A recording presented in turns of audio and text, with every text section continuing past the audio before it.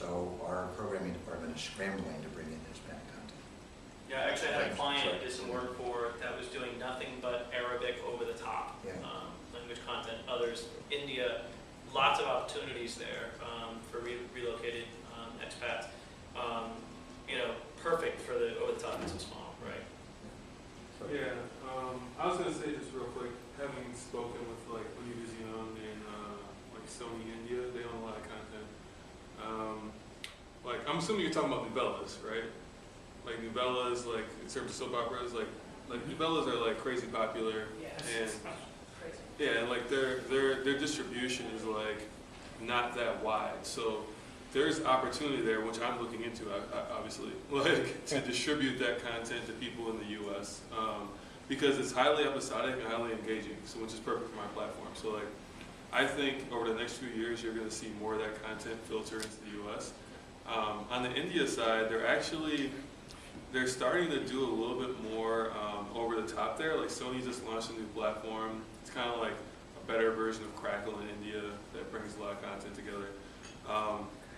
But they're also interested in licensing that content to the U.S. just for the revenue opportunities. So I think that on a foreign scale, there's been a lot of content kind of held back because people haven't really been thinking in the manner of over the top internationally, like on a widespread. Like of course in the UK and stuff, they're forward thinking and they've got tons of over the top. But when you hit like, you know, Northern Africa, South Africa, India, Southeast Asia, you're talking about a whole different ballgame.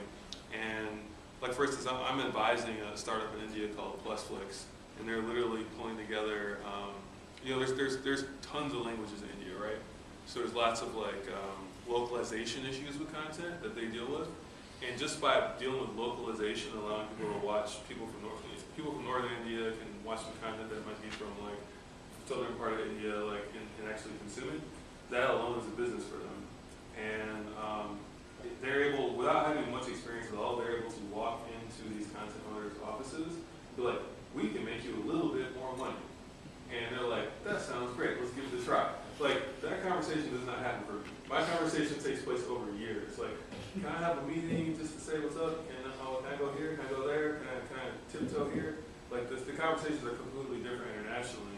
And so I think you're going to see a lot more widespread, like, foreign content over the next few years. Okay. No, without a doubt. I mean, we're seeing it from a CDN perspective. You know, the largest growth opportunities for content delivery are in you know, Asia, India, Africa, the Middle East, you know, Europe. The U.S. is becoming a very saturated content market, and now what all these other countries are seeing is an opportunity for distribution. And so, from a CDN perspective, we're seeing massive growth in those areas where there's more and more content to distribute and more content owners who want to distribute.